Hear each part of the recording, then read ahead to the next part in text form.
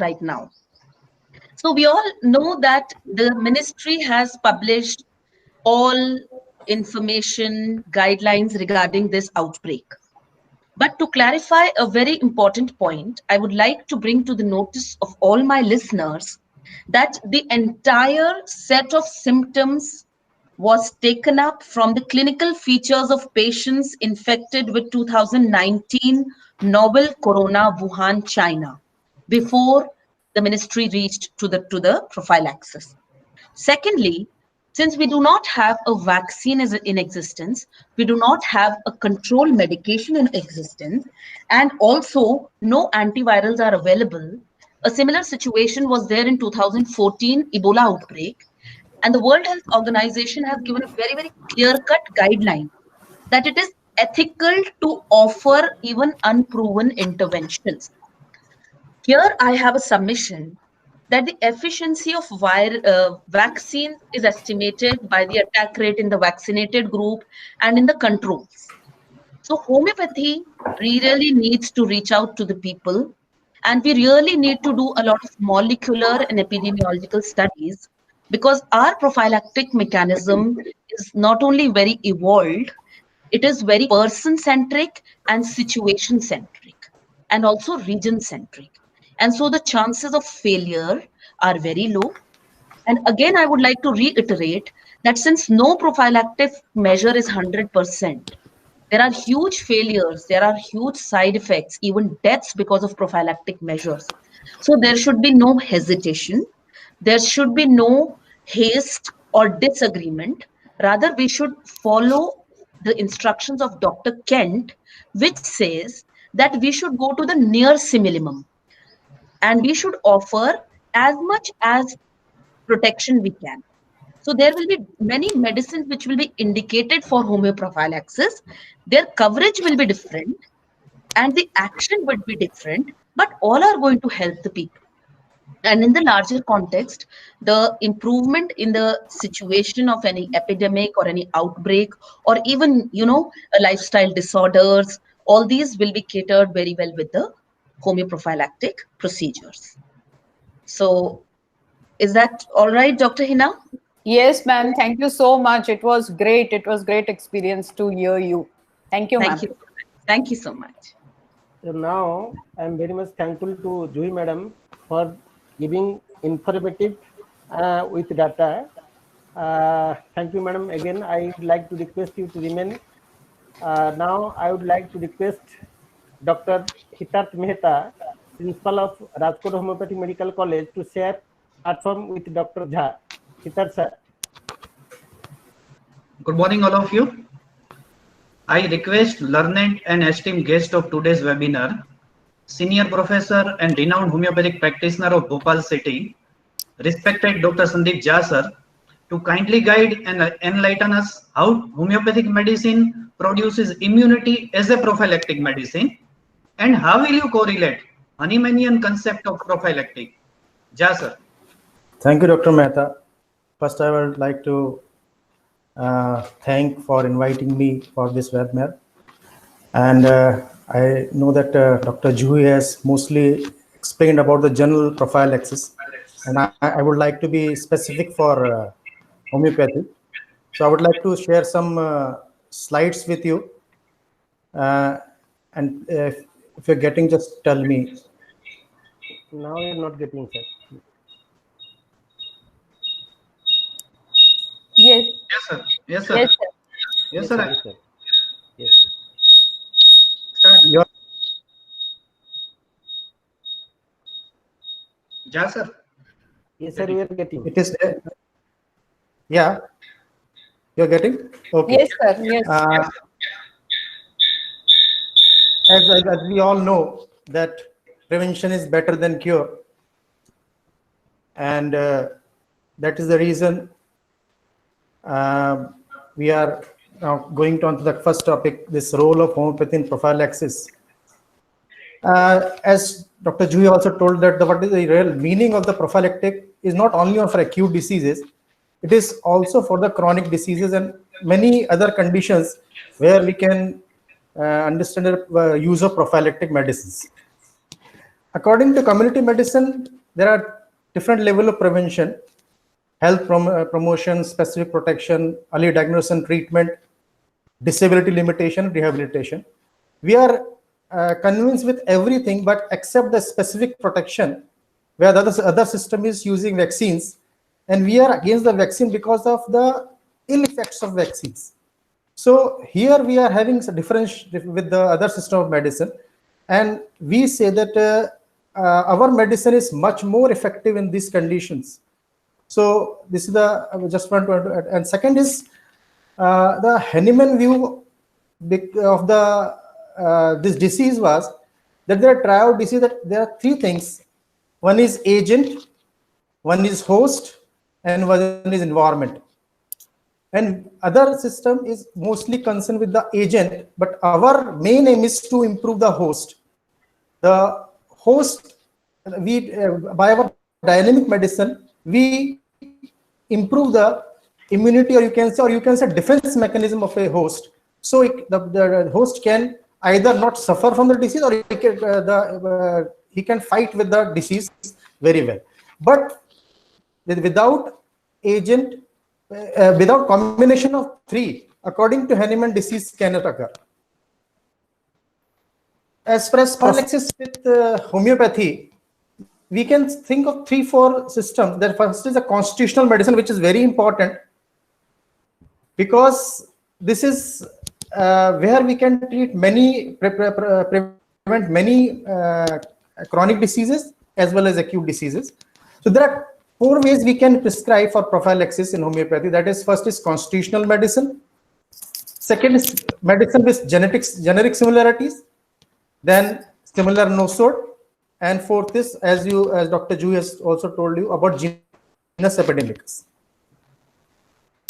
The constitutional medicine is a medicine which is totally select on the individualization, and for that we require mentals, we require generals, particulars, uncommons, stage and peculiar symptom. And the main action of constitutional medicine is to removing the predispositions and increasing vitality and general immunity to stress and disease in an individual.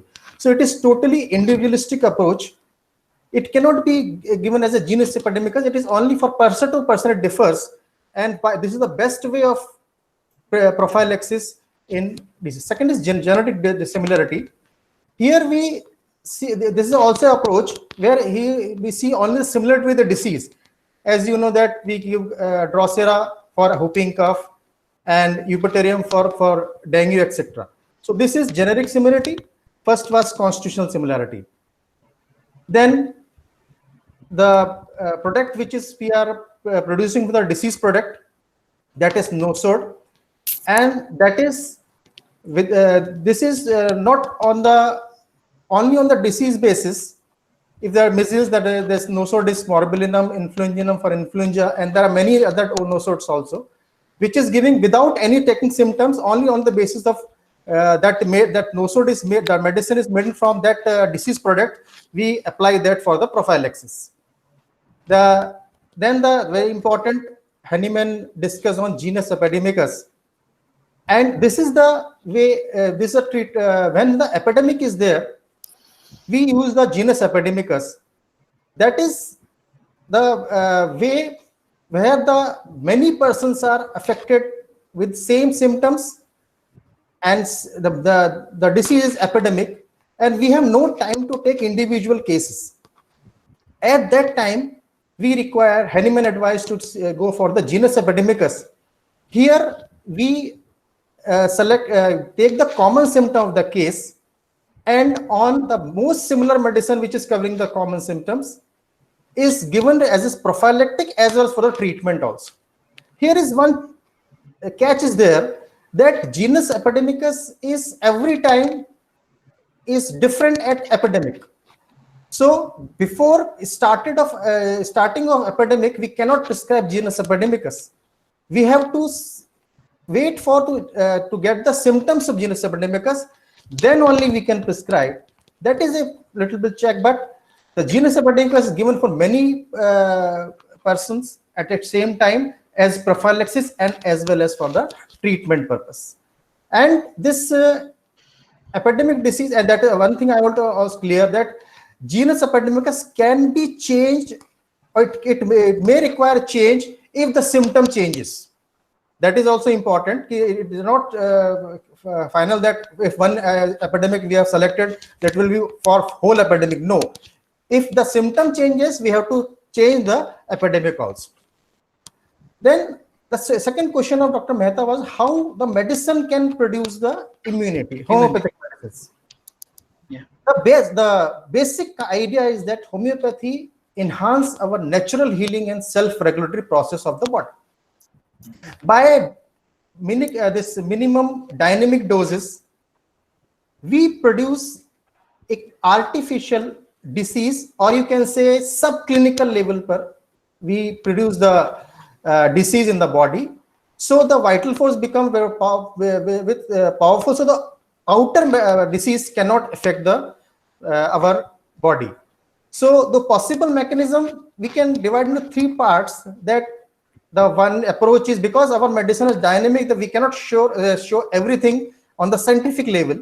So there are three things. The one is the philosophical basis, psychological basis, and physiological basis. On philosophical basis, as I have told you, that we give the dynamic medicine that works at the subclinical proving. So the symptom will not come in the person, and it is producing artificial disease. So it brings the power to the vital force. So if any medicine of any disease of similar kind comes in the body, that body will not allow it. That is a philosophical idea, and that is the main idea on which homeopathic medicine works on the preventive aspects. Second is psychological. That is very important. That mostly when we are treating with the epidemics, the most thing is coming is from the anxiety, stress, and fear, and these things can weaken our body. So if we treat by our medicine these things, then this may be the reason that the person is not having the disease, because the anxiety, stress, and fear is treated by our medicines, by our prophylactic medicines. So we see that mostly in the epidemics, you saw the COVID-19, anxiety, stress, and fear is one of the important things, and that makes our body weak. So at present, the back with the CCRH has given the arsenic alum, that is having very important anxiety symptom in that. Same way in physiological level, the research is still going on, but the interesting viewpoint is that we can think that there is some research is going that plain water and homeopathic doses, when we see of the water of the homeopathy is having some different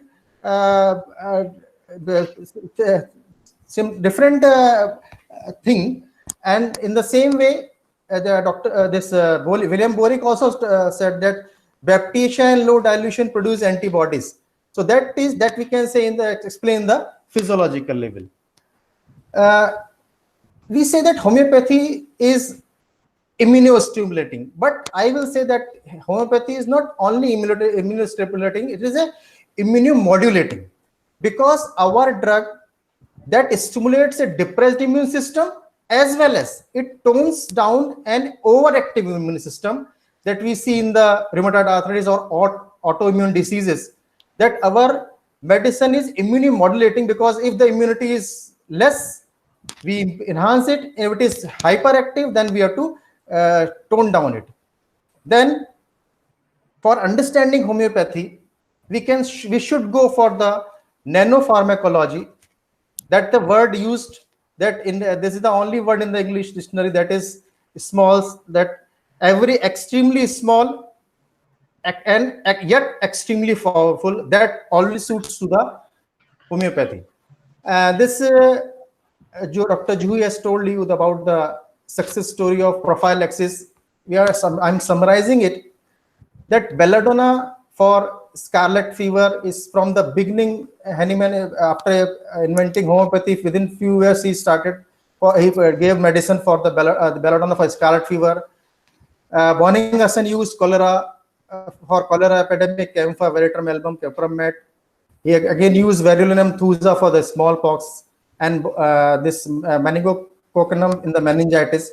There are many medicines, and that again I want to tell you that for a light note that hydroforminum is the drug in homeopathy, and that drug is made from the saliva of the rabid animal, and that it is a very old medicine in homeopathy, and Hahnemann used that medicine for hydrophobia.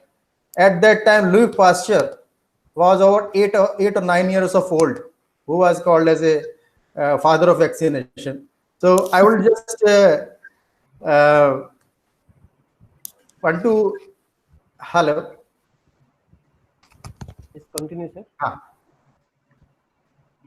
Continue, sir. Continue. Just I'll tell you that homeopathy is using this prevention from a very long time before vaccination has came, and we have many examples of that. And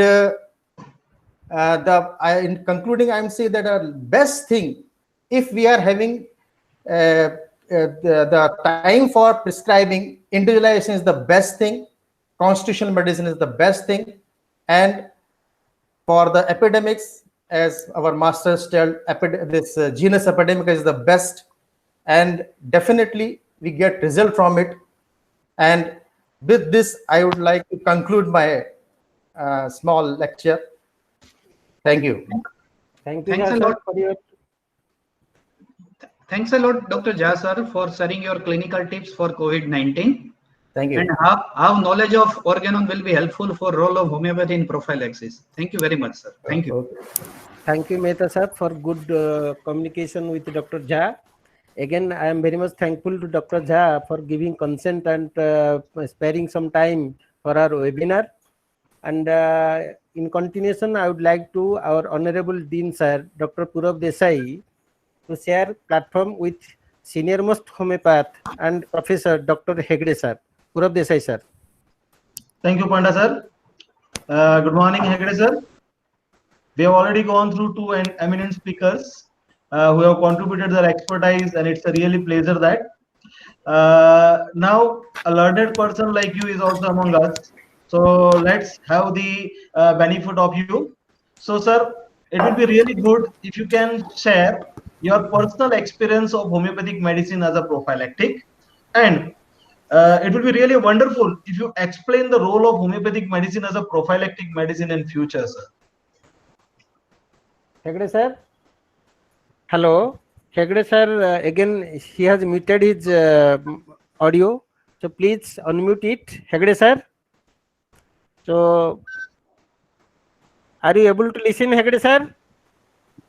He is not in connection.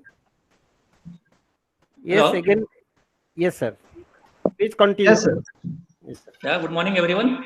Good morning, sir. Yeah, it is my pleasure with Parul University staff, management, as well as students and others who is watching this webinar. The question has been thrown that personal experience. In the last some 30-35 years of experience, I could able to share with you. Everybody we talk prevention is better than cure. That is true. But I would like to add one more sentence in that. A milligram of prevention is worth a kilogram of cure. I hope you understood it. And directly I will go to the experiences what I had. In 2005 and 2012, we had a Japanese encephalitis. It was random in Andhra Pradesh as well as some parts of Karnataka. And we have seen in some of the cases in Bangalore also. And we all, the expert team, we went to the Ballari. In 2012, we could not able to do much help. And in 2015, certainly, we could able to identify the genus epidemicus, and we have distributed the medicine also, and it has helped. Even more than 6,000 persons we have given the medicine, and that was the medicine Belladonna 200 and Tuberculinum 1M we have given. Tuberculinum 1M was 2 doses, and Belladonna daily 2 doses for 3 days, in some of the areas 5 days. It was so fantastic, I will tell you, all the 6,000 people what we have given these medicines, they didn't get any encephalitis. And still it is a record with us. That is number one. Number two, all you are aware, in 2015, chikungunya was one of the worst ever affected in almost all over India, all Asian countries we have seen. And that time, we have distributed more than 50 to 60% of the population in Karnataka when we are suffering from this chikungunya. And I think everyone, you are aware that medicine was restocked. And during this chikungunya epidemic, we get a good name for homeopathy and homeopathic doctors as well as homeopathic faculty. And still they remember homeopathy is the best for chikungunya and chikungunya-like cough or type of diseases. Because we see the post-chikungunya arthritis also too much. With that concept, I will tell you, we have seen after that in Bangalore, we have viral conjunctivitis.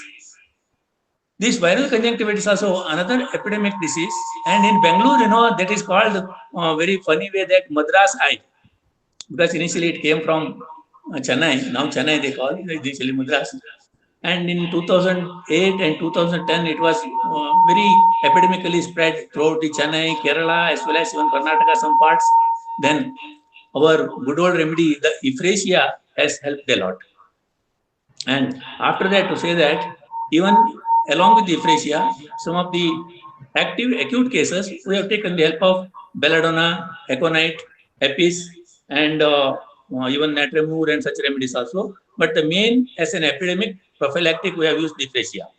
And in some of the doctors, they have used the external application of Euphrasia also.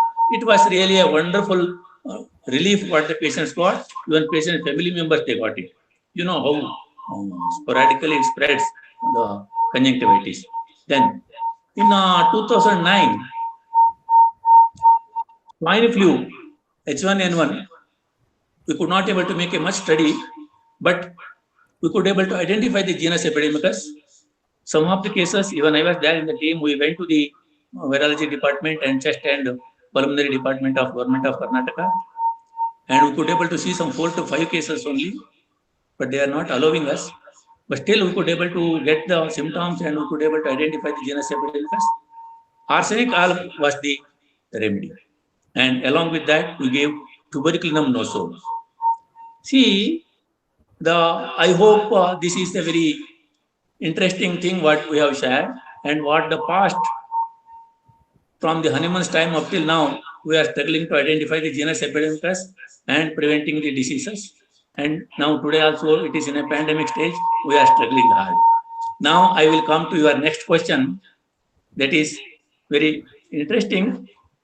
What is the future for homeopathy? I will ask not just prophylaxis, otherwise also it is for homeopathy. At present, scenario is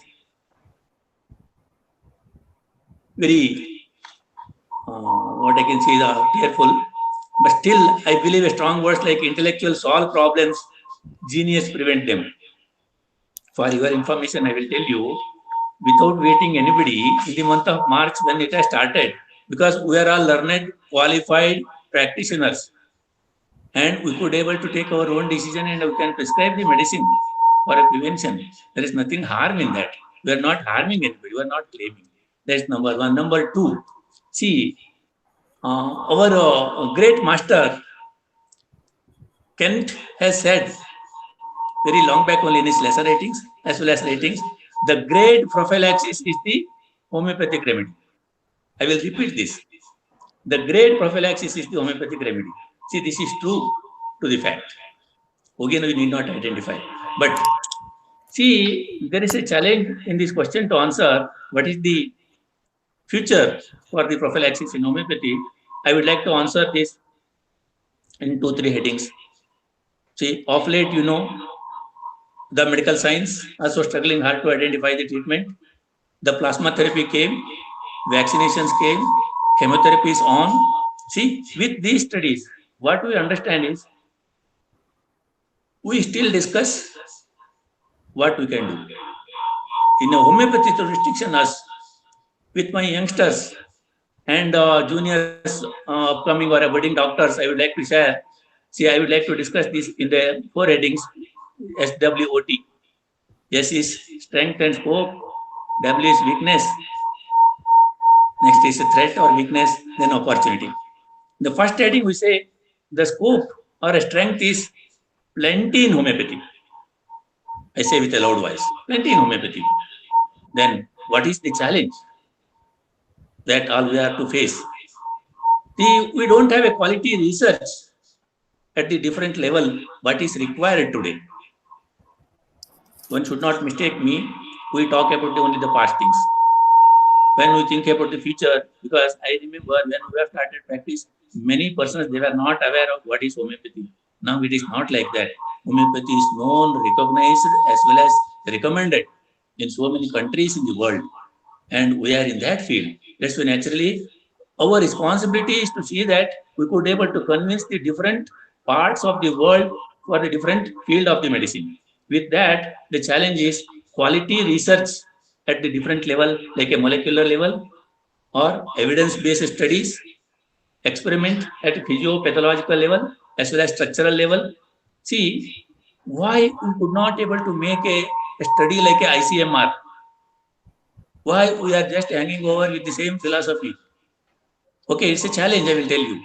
See, for example, in the quality research, I will tell you, arsenic album we are selecting now for a prophylaxis or a immune booster. I should not use the word prophylaxis. Immune booster in homeopathy for COVID-19. Okay, this arsenic album, if you give it to the healthy human beings, what changes it takes place at the structural level? What changes takes place at the molecular level? What changes takes place in the organs like a liver, kidney, brain, heart, lungs, or whatever the parts are there? These studies would be able to help us. And for this, we need a good established laboratory.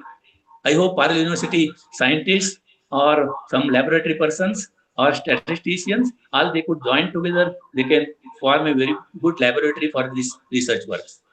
And what I feel next further is study on the same remedies on the lower animals as well as on the plants. Then we could able to tell others that what we are doing, how best we could able to proceed, and what is our threat, what is our weakness. Not sufficient or a proper data. We talk the same thing what Hahnemann in 1808 he has cured for the swine flu or so many other or the Spanish flu. We are not talking about what is there today. All probabilities will not give a credit to us. That's why we need statistical data, and we have a weakness like we are disorganized, and we need a scientist or a good coordinators because we are a therapeutic physicians. We don't know how to prepare this data. And whatever the CCRH guidelines are there, along with that, why don't we coordinate with the ICMR? And we have opportunities. We have a plenty of opportunities, I will tell you. Youngsters should take up these opportunities. See, if all the above things we could able to understand, redirected, then certainly by this time we would have prepared our nosode for COVID-19. You know, nosodes we are preparing for so many things. If we have a well-equipped laboratory, we would have prepared our nosode for the COVID from the corona suffering patient secretions. That would have been a best vaccination ever in the world. This is a future what I am talking. Now now also it is not late. That's why I feel the nosode should be prepared as early as possible to fight this. Then I remember a word where with all these, the future, Thomas Alva Edison has expressed sometime, the doctor of the future will give no medicine, but will interest his patients in the care of the human frame, diet, exercise, and in the cause and prevention of disease. See, when we are aware, when it has started spreading, then we should act fast. Then if we could act fast, then our future will be very bright. I feel now that is a need of an hour. Everybody should be awake with that. That's why I remember where in the homeopathic medicine, as a prophylaxis, as a therapeutic, as well as for a best treatment, we have so many medicines. Only proper study is required. Otherwise, where our students may feel that we are not having any scientific approach or a development is not taking place, before putting anybody to the authority, we should have a sufficient proper data to explain to them scientifically. That is required. See, now we are in the 21st century's end almost. That's why naturally we need all these scientific research-oriented approaches. I hope I have reached your point. Yes, sir. Yes, sir. Thank you for giving me an opportunity to share with you. Thank you, sir. Thank you very much, sir. We are glad to have your enlightening experience, sir. This was wonderful session, and I hope all of us must have enjoyed it. I think such interactions should continue on regular basis, and this will definitely make motivated to all of us. We become more scientific, and such events definitely boost our confidence in practicing homeopathy. Let the homeopathic system become the future of globe. Thank you. Without leaving our Thank you. principal, we could able to do Thank you, better. Purab sir. Thank you, Purab sir. Again, I am very much thankful to Hegde sir for encouraging our new generation. The need of the hour, our new generation should take the challenge, and you have rightly implemented the formula for NAC SWOT SWOT. And now I would like to request Hina madam to summarize the webinar, what we all are discussing. Please, Hina madam. Thank you, Panda sir. It was a very enlightening seminar, webinar, which was taken by our distinguished speakers.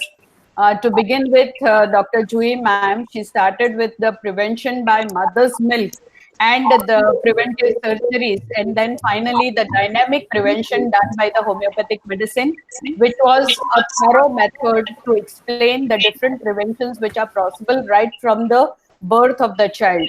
So we started from the birth of the child to coming to the preservative force, that is the vital force, which helps us, the immunity which helps us, which is most talked about today.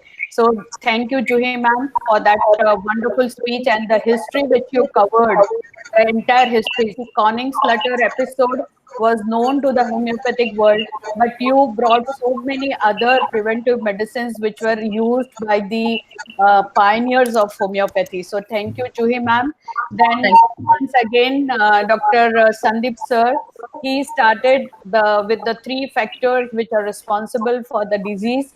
And he talked about the constitutional medicine, the generic medicines, the nosodes, and the genus epidemicus, which is the main points where homeopathy wins, or where homeopathy is more beneficial in comparison to the other pathies.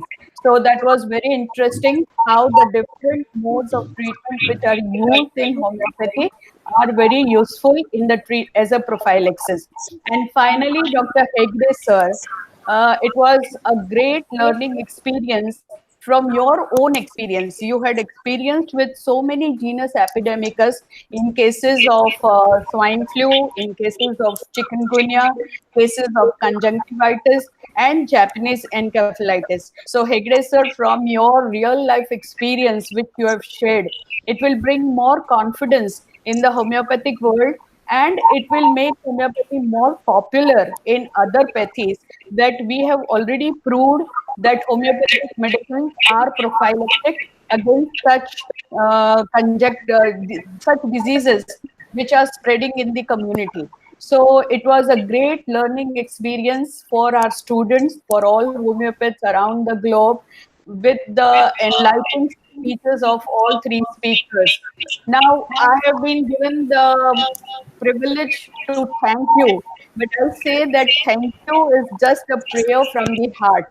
You have spared your valuable time, you have spared your Sunday today to give your knowledge, to share your knowledge with our students. So it is a great experience, and I thank from the bottom of my heart to all 3 speakers. I thank the management of Parul University, especially our IT team, who is working day and night and conducting almost 4 to 5 webinars in a day. I thank our Dean, Dr. Purab sir, and my colleagues, Dr. Panda sir, Dr. Hitarth Mehta sir, for jointly working out such webinars. Thank you very much to all the audience, Thank you. to all the distinguished speakers also. Thank you. Thank you. Thank you. Thank you. Before ending, there is one announcement. Before summing up, there is one announcement. Tomorrow, on 20th April, there is another webinar that is at 2 to 4 p.m. The topic is COVID-19 response and containment measures by Dr. Ramesh Bavaskar. So I will share you the brochure of it and the link of it once again. So all the delegates, all the listeners, all the audience can again join tomorrow 2 to 4 p.m. Thank you, Dr. madam. Bavaskar is a regional head, Mumbai unit of Central Council of Research in Homeopathy. So don't forget to join. Remain connected with Parul University. Thank you. Again, I would request to all the experts as well as the host, please you share through mail regarding your feedback to our dean sir, by which you can able to assess about the performance. And again, we are collecting how many audience they are able to get the benefit from our webinar. And I would like to request dean sir to arrange such type of webinar again and again for the benefit of our students, for our fraternity. Thank you very much, sir. Sure. Okay, thank you. Thank you. Thank you. Thank you. Thank you all. Thank you.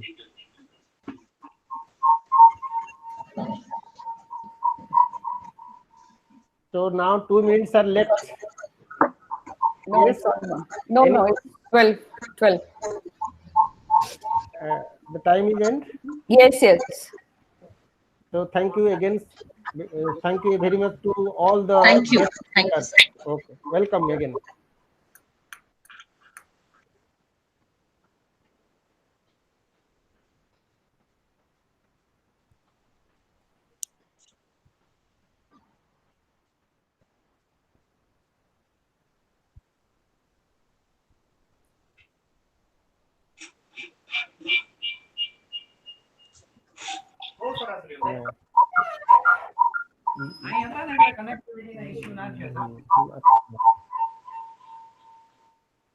Yes, Hina madam will leave.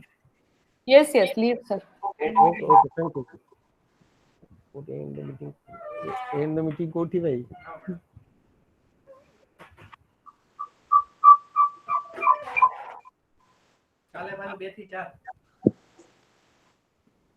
End the meeting koti. End the meeting kahan pe hai? End the meeting kahan? અહીંથી જવા દો ને. મારે તો એની મેળે જ message આવી ગયો સર. ચાલો.